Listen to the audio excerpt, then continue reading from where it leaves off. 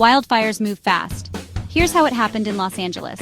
It all started on January 1st. At 9 a.m., a small spark ignited near Griffith Park. By noon, the fire had consumed over 100 acres. Emergency services were on high alert. By 3 p.m., the fire spread to residential areas. Evacuations began immediately.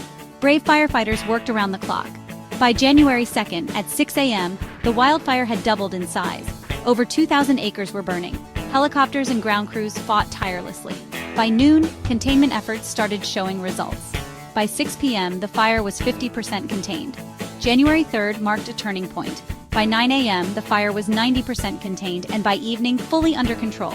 This timeline shows the speed and power of wildfires. Stay informed, stay safe.